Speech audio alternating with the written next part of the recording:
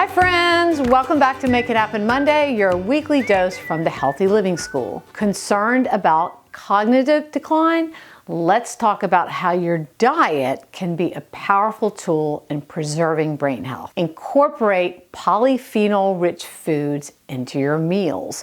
Polyphenols are plant compounds with potent antioxidant and anti-inflammatory properties that support brain function and structure. Foods like berries, dark leafy greens, and nuts are fantastic sources. Additionally, consider adding fermented foods like kefir or sauerkraut to your diet. They promote a healthy gut microbiome, which is closely linked to brain health. Aim to include at least one serving of polyphenol-rich food and one serving of fermented food in your daily diet. For example, enjoy a handful of berries with breakfast and a side of sauerkraut with lunch or dinner. Nourishing your brain through mindful eating is a delicious way to support your cognitive health. Start today and savor the benefits for years to come. Thank you so much for watching, and please share this message with others so they can benefit too. Thank you.